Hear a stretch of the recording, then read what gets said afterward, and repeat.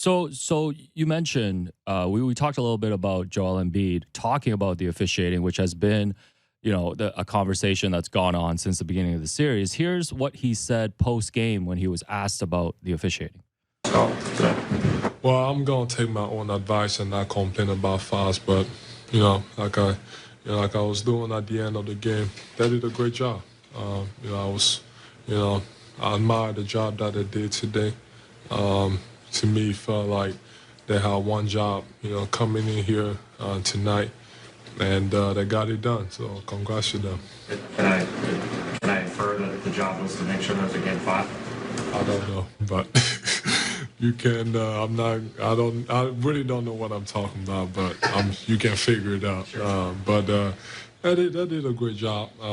I'm not going. Like I said, I'm not going. I'm going to take my own advice and not complain about it. I guess next game, if they're not going to call it, I'm going to be even more aggressive, offensively and defensively, and if they want to give them, like fouls, or if they want to call, really no fouls, really got to make them earn it and really be physical. Well, he did complain about it, even though he said he didn't want to. But he said, but listen, this is the funny thing with this is when he called out Nick Nurse and all that stuff, and I'm like, everyone plays this game, especially you guys. So no, it's just really funny. Like I genuinely don't find it like anything offensive. I don't take any exception to this. The NBA has fined him, by the way, $15K. And listen, look, I just think that he's clearly very bothered, and I enjoy it. I want to see Joel bothered. I want to see him complaining about the referees. I want to see his focus be diverted. I want to see him not play 100%, because that's how the Raptors get back in this series. Yeah, if he's complaining about the referees, if he's elsewhere, if he's falling over, if he's complaining about foul calls, it's just good for the Raptors, man. Let's just keep playing basketball, man. Yeah, my thing is, if you're going to complain, I want to hear what the specific things you're actually upset about, because it sounds like he's just in general not happy with the physical play that's happening. Because, when Nick Nurse did his pregame complaint before game 2, a classic, calling out the refs before the game. You're a coward. Yeah. I'll call this game. And he specifically mentioned there was a couple plays that he wasn't happy about. It sounds like Joel is just not thrilled with the fact that the Raptors defense is allowed to get away with the physicality, which I think they're doing it within the bounds of the rules. I mean, come on, man. Of course. What do you mean the Raptors defense getting away with the physicality? I think what he's looking at is Pascal Siakam shooting 15 free throw attempts in game 4. And he's thinking, well, if you're going to give Pascal, go back and watch. Honestly, towards the end, they were just intentionally fouling him. So, no, man, just play better defense on him. Like, for real. Embiid fouled him twice in the fourth quarter and stuff like that. It was just like Pascal hit him with the hezzy. He got out of position, and Pascal got by him, and he pushed him from behind. Like, you're getting beat. Like, this is what I was trying to say after games 1 and 2, when Raptor fans were going really, really hard at the officials, and some of those were definitely questionable foul calls. But at the same time, it was just like, the reason you're fouling so much, and the reason they're going to the free throw line is getting your beat. It's the same thing here.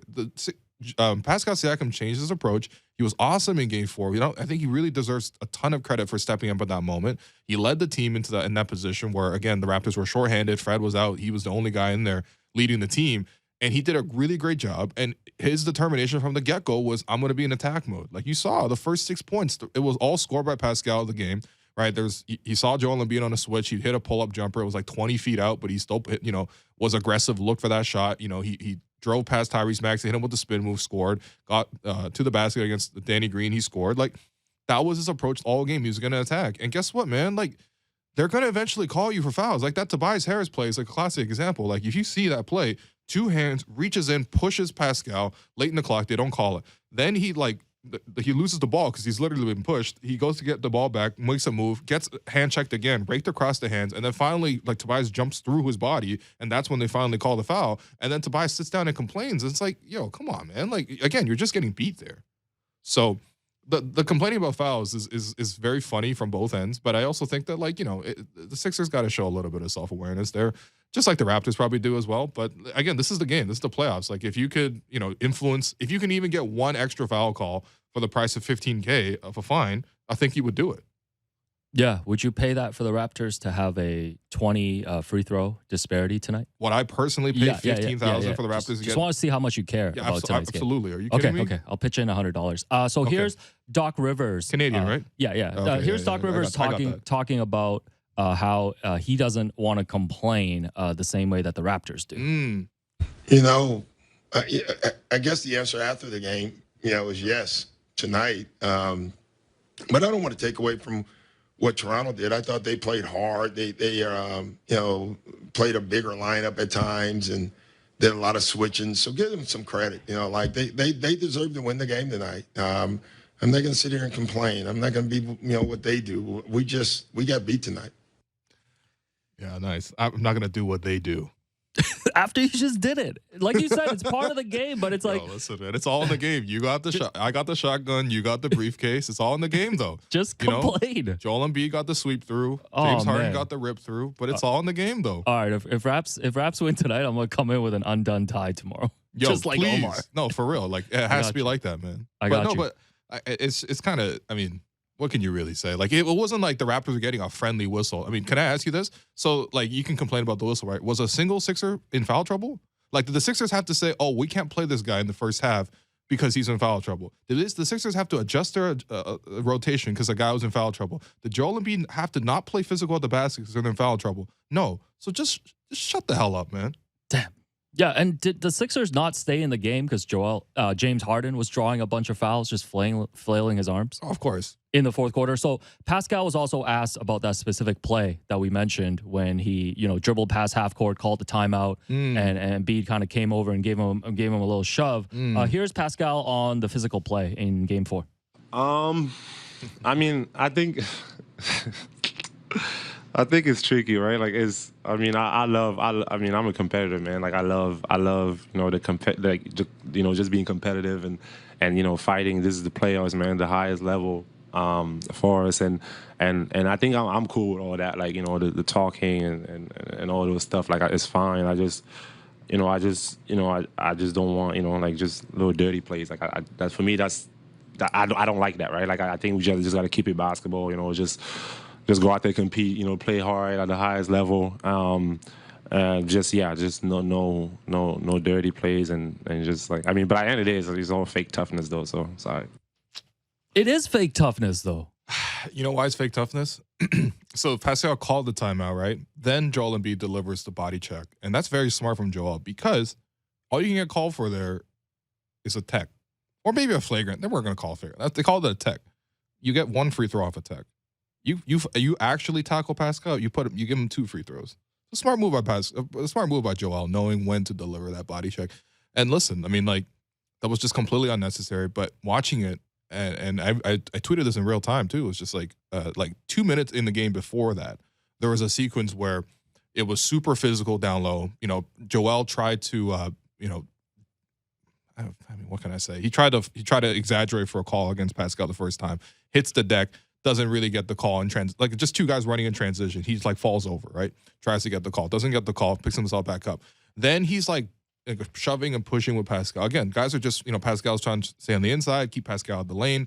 Then you got Gary coming in and pitching him on the same side. So it's a 2-on-1 in that scenario. Joel Embiid's kind of pushing. The shot goes up from I forget who. Joel ends up pushing Pascal and whatever, and just playing physical basketball. I'm not even complaining. This is just straight up physical basketball, right? Joel ends up picking up the offensive rebound. He's a little bit deep in the paint, tries to go up, and then I think Precious came over with the help, and Pascal was also their contest. Joel falls over again.